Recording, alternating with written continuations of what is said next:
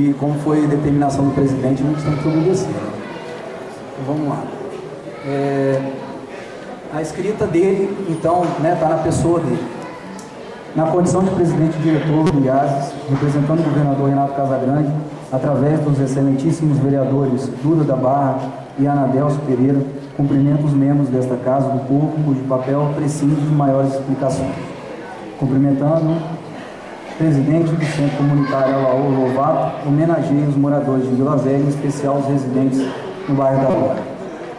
Sem deixar de considerar a importância dos demais presentes, encerro meus cumprimentos aos membros do IASES que se encontram presentes, aproveitando para agradecer o apoio conferido ao trabalho deste jovem delegado de polícia, porque o Dr. Leandro é delegado de polícia. Acreditando em um futuro melhor para o povo espírito-santense, inicio minha humilde fala agradecendo o convite para esta audiência pública. Minha presença diante de todos vocês é consequência do excelente e incansável trabalho dessas autoridades que diariamente defendem os interesses das comunidades vilavelhenses.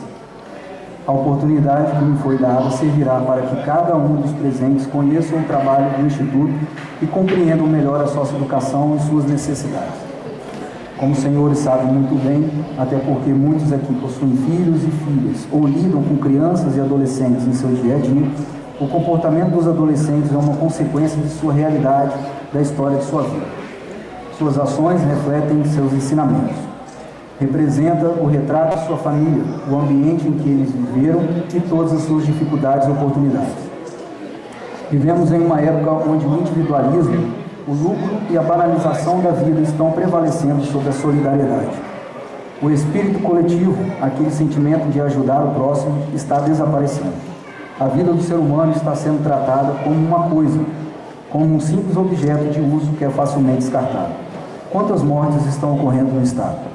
As desigualdades sociais, a corrupção, a violência e o crime organizado estão ocupando lugar de destaque em nossas vidas. Estamos com medo de sair às ruas, de comprarmos nossos bens, com medo de viver a vida. Diariamente observo manchetes de jornais que estampam crimes horríveis cometidos por menores de 18 anos. Será que isso é normal? Como pode? Crianças e adolescentes são pessoas em fase de formação, deveriam estar na escola e brincando o dia todo. Mas não, estão cometendo essa imensidão de crimes. Não podemos tratar esses crimes e seus autores com naturalidade. Temos que refletir sobre o que está sendo divulgado. Nós temos que punir quem comete essas atrocidades e os demais responsáveis. Mas só isso não basta. Também temos que achar soluções para que isso, no mínimo, diminua. Diversas vezes, principalmente quando atuava no DPJ de Cariacica, me peguei desejando mal a uma criança, a um adolescente que errou como eu errei, mas que não teve a metade das oportunidades que tive.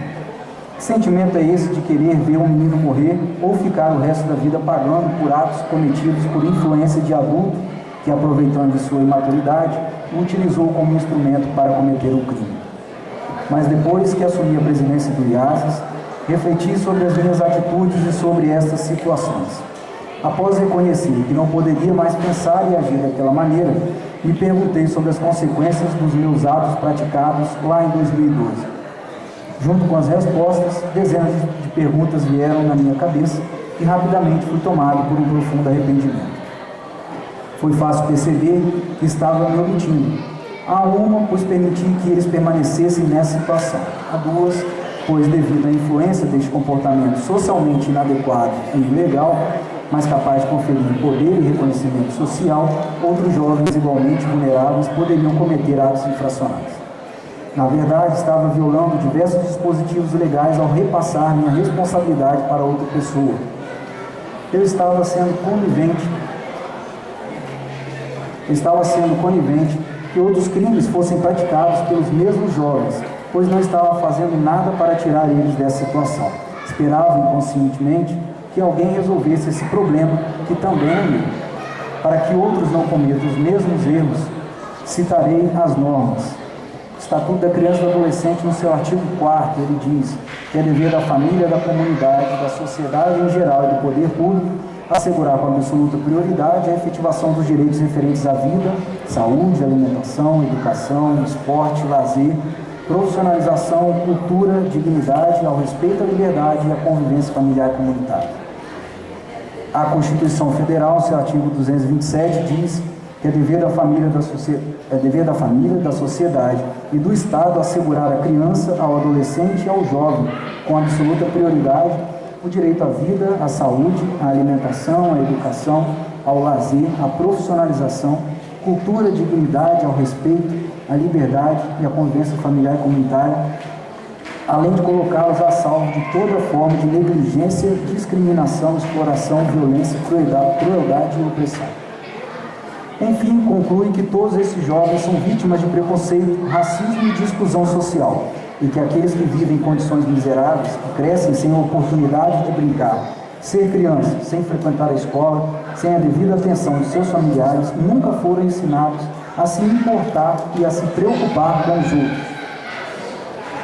Esses meninos que estão crescendo sem ninguém, sozinhos, sem educação, saúde e família, e que, influenciados por más companhias e acabam entrando no tráfico, precisam de ajuda. Compaixão, amor ao próximo não tiveram. Seus medos e suas angústias sempre foram tratados com indiferença. Nunca foram aceitos pelos próprios pais. Na rua, sempre foram humilhados ou tratados com insensibilidade. Como poderiam corresponder às expectativas da sociedade? Nunca explicaram a eles o porquê e quais são esses limites de suas condutas. O conceito de respeito e as proibições sociais ou não foram aprendidos ou foram impostos por meio de agressão física e por uma autoridade exacerbada que prejudicaram a compreensão do contexto social desses meninos. Como poderiam relacionar corretamente? E eles sequer sabem o que é ter responsabilidade. Mesmo assim, muitos deles ainda superam esses problemas e procuram emprego. Entretanto, ou não há oferta, ou eles não estão preparados para o mercado de trabalho. Ao se tornarem adolescentes, passam a repetir tudo o que aprenderam. Por influência do local onde vivem, o encontro com as drogas ocorre naturalmente. Neste momento, passam a ter a falsa impressão de que, ao usarem drogas, suas dores vão embora. Ao dividir sua droga com seus amigos, nossos meninos sentem pela primeira vez o que é fazer parte de um grupo, de ser aceito entre pessoas. A droga, além de ser uma forma de ocupação e sustento, proporciona a eles um sentimento de pertencimento, de prazer e de reconhecimento social. Olhando a situação, por que eles não usariam drogas? Por que não entrariam no tráfico? Por que não oferecemos nada em troca?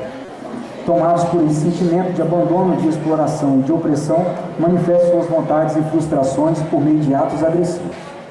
Estes atos agressivos, quando associados com o tráfico de drogas, com suas leis e planos de cargos e salário muito mais acessíveis e promissores do que qualquer possibilidade de emprego formal, reforçam a possibilidade de alcançar reconhecimento dentro do grupo. Nós empurramos os jovens até aí. A sociedade, a família, o Estado, a escola, todos são responsáveis pela decadência de nossa juventude. E aí? O que fazemos depois de colocar nossos meninos em um mau caminho? Primeiro, transferimos nossas responsabilidades, da família para a escola, da escola para a família, da família para a sociedade, da sociedade para os governantes. Depois, nós os abandonamos novamente. Sabe por quê? Porque, mais uma vez, não oferecemos nada para eles. Pense baixo, cada um de vocês, que estes meninos terão no futuro se negarmos este auxílio e não apresentarmos alguma alternativa. Impedir a socioeducação, seja da forma que for, significa retirar uma oportunidade para esses jovens. Alguém sabe o que esses jovens querem? O que eles sentem? O que eles pensam? O que eles desejam? O que eles sonham? E a mídia, elas nos responde algumas dessas perguntas? Lógico que não. Qual o espaço que ela reserva para os nossos meninos? Somente o espaço de culpados por toda a violência social no Brasil. A mídia nos vende a ideia de que os adolescentes em conflito com a lei são delinquentes que roubam e matam por possuir má índole. Não analisam a responsabilidade de quem deu causa a estes crimes. Por causa dessas manchetes, acabamos nos sentindo impotentes. Somente o equivocado sentimento de vingança nos conforta, a que se faz e a que se paga.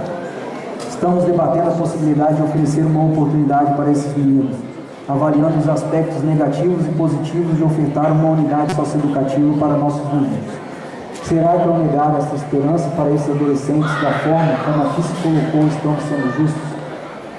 Solicitar que a unidade seja construída em outro local, em outro município, será, ao mesmo tempo, negar ajuda a quem precisa e transferir a nossa responsabilidade.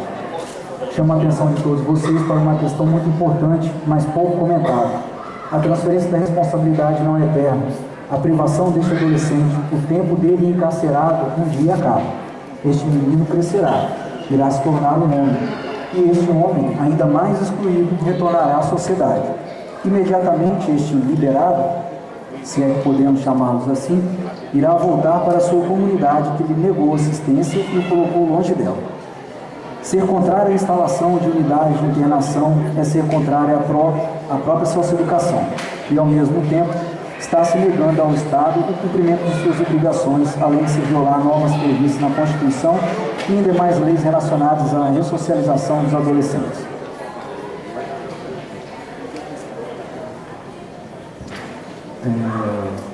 Ele traz aqui a Lei 12.594 de 2012, que institui o Sistema Nacional de Atendimento Socioeducativo, o SINASE. No seu artigo 35, ele diz que a execução das medidas socioeducativas reger-se-á pelos seguintes princípios: fortalecimento dos vínculos familiares e comunitários no processo socioeducativo.